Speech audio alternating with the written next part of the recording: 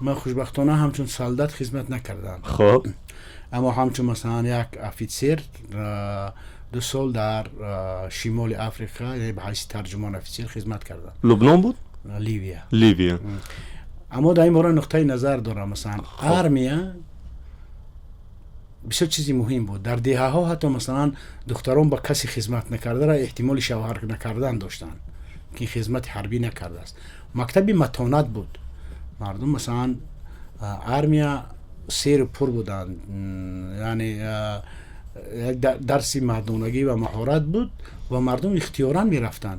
من بسیار ژورنالیستا رو میدونم مثلا از کورس‌های پایانی موفق عمریستی تا وقتی که میخوندن عریضه میدادن برای مثلا رفتن خواهش آرمی خدمت کردن. هر چیز وقتی ارزش دارد که مثلا در جامعه خریدار دارد. من بچه دیهاتی هستم و در خانه معلم بزرگ شدم. مثلا در یک دهه یک معلم قابلیت اون داشت مثلا 10 دهقان خوراند، یعنی ارزش ماهانه بلند، حتی معلم در قطار کارگرای حزبی میگذاشت.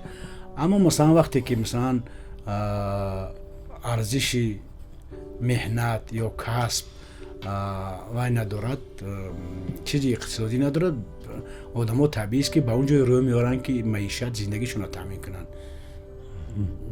یعنی اگر مثلا یک تاجر ماه 10-20 هزار دلار به دست میاره برای خانواده‌اش و شما یک روزنامه‌نگار $1000، البته ترجیح میدید که وای باشید اگر قابلیت تجارتی داشته باشید. ما یک نفر مهمان داشتیم از آلمان و در یک صحبت اختصاصی ما اشتراک میکرد و یک نفر از کمیته به وای سوال میکرد که مثلا شما چند تلویزیونی دولتی دارید؟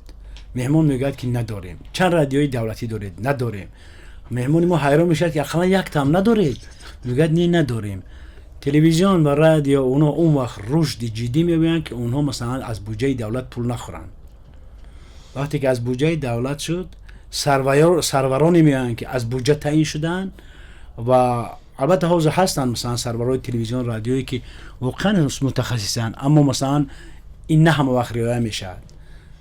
وقتی که از غیر بودجه است ژورنالیستش هم کوشش میکند و هش هم کوشش میکند که بیننده را از دست ندهد چون که از پول محروم نشود. حاضر وقتی که